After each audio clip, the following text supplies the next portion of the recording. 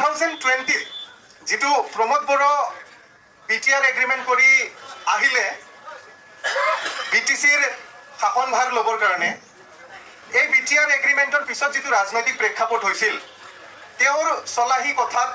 চলাহী মানে জানে না ফুচলোৱা মিছা কথাত আমিও ভুল গৈছিল ভুল গৈ ভালেখিনি কাম কৰিছিলোঁ আৰু কিদৰে চৰকাৰখন আনিব পাৰি চেষ্টা চলাইছিলোঁ কিন্তু যেতিয়া চৰকাৰখন আহিল 2020 প্ৰমোদ বড়ো ডাঙৰীয়াই সম্পূৰ্ণৰূপে ওলোটা খৰ মাৰা দেখা গ'ল চেঞ্জ হৈ গ'ল ইউ টাৰ্ণ মাৰিলে কমপ্লিটলি তেওঁ যিবিলাক কথা কৈছিল ৰাইজৰ আগত সকলো প্ৰতিশ্ৰুতি তেওঁ এটা এটাকে ভাঙি যাব ধৰিলে বিশেষকৈ বিভিন্ন জাতি জনগোষ্ঠীক লৈ তেওঁ যিবিলাক কথা কৈছিল একেবাৰে নকৰিলে আৰু দ্বিতীয়তে তেওঁ যিটো কাম কৰিলে BTCখনক কেনেকৈ দুৰ্বল কৰিব পাৰি এইটো এটা অতি জৰুৰী কথা হাগ্ৰামা মহিলাৰী ডাঙৰীয়াই 2003 যেটো BTC চুক্তি কৰি এটা শক্তিশালী BTC গঠন কৰিছিল স্বায়ত্ত শাসিত পৰিষদ অটোনমাস কাউন্সিল স্বায়ত্ত শাসন মানে নিজেই নিজক শাসন কৰা ছয় শাসন কৰা এটা অঞ্চল হিচাপে যেটো প্ৰতিষ্ঠা কৰিছিল 40টা ডিপাৰ্টমেণ্ট লৈ আহি কোকৰাঝাৰৰ এছেম্বলিত নিজেই সেই প্ৰতিটো বিভাগৰ আইন কানুন বনোৱাৰ যেটো ক্ষমতা আনিছিল এই ক্ষমতাবিলাক প্ৰমোদ বড়ো ডাঙৰীয়াই এটা কৰি ধ্বংস কৰি BTCখনক কেনেকৈ দুৰ্বল কৰিব পাৰি তাৰ প্ৰচেষ্টাত এতিয়াও নিয়োজিত হৈ আছে মোৰ প্ৰমোদ বড়ো ডাঙৰীয়াৰ লগত যেটো আটাইতকৈ ডাঙৰ অবজেকশ্যন সেই অবজেকশ্যনটো হ'ল এইটো আপুনি কুৰ্চীখন গাদীখন সুৰক্ষা কৰাৰ স্বাৰ্থত এটা শক্তিশালী অঞ্চল এটা স্বশাসিত অঞ্চলক আপুনি এনেদৰে বিক্ৰী কৰি দিব নোৱাৰে এই কথাষাৰ মোৰ আটাইতকৈ ডাঙৰ প্ৰমোদ বড়ো ডাঙৰীয়াৰ লগত অবজেকশ্যন আছে আৰু এইটো আমি কেতিয়াবা হ'ব দিম নেকি BPF দলে কেতিয়াও হ'ব নিদিওঁ আৰু আমিও কেতিয়াও হ'ব নিদিওঁ এইটো কথা এই প্ৰমোদ বড়ো ডাঙৰীয়াই 16টা ডিপাৰ্টমেণ্ট দি দিলে 16টা ডিপাৰ্টমেণ্ট DCৰ হাতত দি দিলে জানে কিমান ডাঙৰ ভুল কৰিলে এটা আটাইতকৈ ডাঙৰ ভুল কৰিলে আৰু BTC অঞ্চলৰ যিটো শক্তি এই শক্তিটো তেওঁ কমোৱাৰ কাৰণে নিজৰ ভৰিত নিজে কুঠাৰ মাৰা নিচিনা কাম কৰিলে এইটো কাম আমি কেতিয়াও হ'ব নিদিওঁ আৰু তেওঁ এই কামটো নিজৰ কুৰ্চী বচোৱাৰ স্বাৰ্থত যে কৰি আছে এইটো এতিয়া সবেই গম পাইছে আজি চাওক আমি BTC অঞ্চলত যদি শক্তিশালীভাৱে শাসন কৰিব লাগে তেতিয়া অকল BTC শাসন কৰিলে নহ'ব কিদৰে দিশপুৰতো আমাৰ নিয়ন্ত্ৰণ ৰাখিব পাৰিম সেই কথাও আমি চিন্তা কৰিব লাগিব যোৱা বিগত শাসনকালত হাগ্ৰামা মহিলাৰী ডাঙৰীয়াৰ শাসনকালত 3জনকৈ মন্ত্ৰী আছিল আমাৰ BTCৰ পৰা প্ৰমীলা ৰাণী ব্ৰহ্মা বাইদেৱে গোটেই অসমখন কপাই দিছিল এজন মন্ত্ৰী হিচাপে বন মন্ত্ৰী হিচাপে সকলোৰে মুখত বা এনেকুৱা মন্ত্ৰী আমি কেতিয়াও পোৱা নাছিলোঁ জংগলত সোমাই যায় সব মানে তেনেকৈ দিন ৰাতি নাই কাম কৰিছিল এতিয়া কোন BTCৰ পৰা কোন মন্ত্ৰী আছে অসম চৰকাৰত কোনোবাই জানে এই মন্ত্ৰীয়ে কিবা কৰিব পাৰিছে নাই এনেকুৱা এটা দুৰ্বল অৱস্থাত এই প্ৰমোদ বড়ো ডাঙৰীয়াই BTCখনক লৈ গৈছে এই আমি কেতিয়াও হ'ব দিব নোৱাৰোঁ মই একচুৱেলি দল সলনি কৰা নাই মোক দলৰ পৰা একচুৱেলি ৰিলিজ কৰা হৈছে তাৰপিছত মই 5 মাহ বহিছোঁ আৰু তাৰপিছত মই BPF দলত যোগদান কৰিছোঁ আপোনালোকে ভাবি আচৰিত হ'ব মোক দলৰ পৰা ৰিলিজ কৰিছিল কি কাৰণত জানে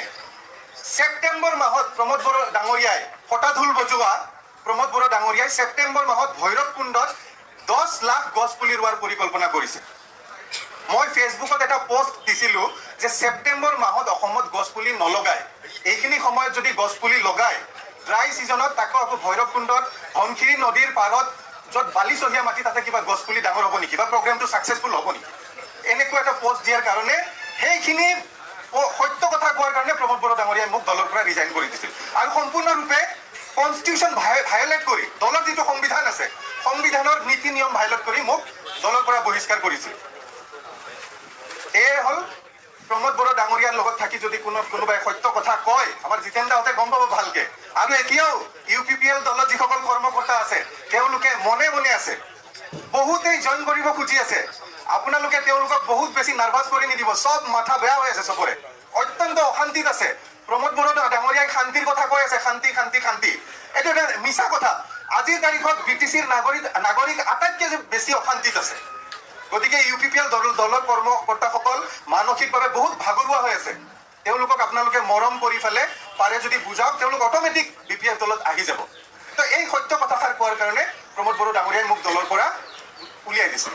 তো এই হ'ল অৱস্থা UPPL দলৰ আজিৰ তাৰিখত সকলো বিক্ৰী কৰিলে প্ৰমোদ বড়ো ডাঙৰীয়াই যিবিলাক প্ৰতিশ্ৰুতি দিছিল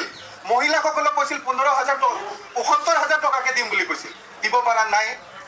তাৰপিছত আপোনাৰ কৈছিল 1 ভোট 1 জব মানে আপোনালোকে এটা ভোট দিয়ক আমি এটা জব দিম একো কৰিব পৰা নাই আজিলৈকে প্ৰমোদ বড়ো ডাঙৰীয়াই এটাও জব দিব পৰা নাই প্ৰমোদ কি আনিলে pig mission flop mission Pramod Bora ডাঙৰীয়াই এডুকেশ্যন ছেক্টৰত ঢল পিটি আছে সম্পূৰ্ণৰূপে মিছা কথা কিমান টকা খৰচ কৰিছে কিমান কোটি টকাৰ কমিশ্যন খাই এই যিটো বিটিআৰ বডোফা মিছনটো চলাই আছে সেইবিলাক যদি ফাদিল হয় তেওঁৰ এইবিলাক কথা একদম মানুহে গম পাই যাব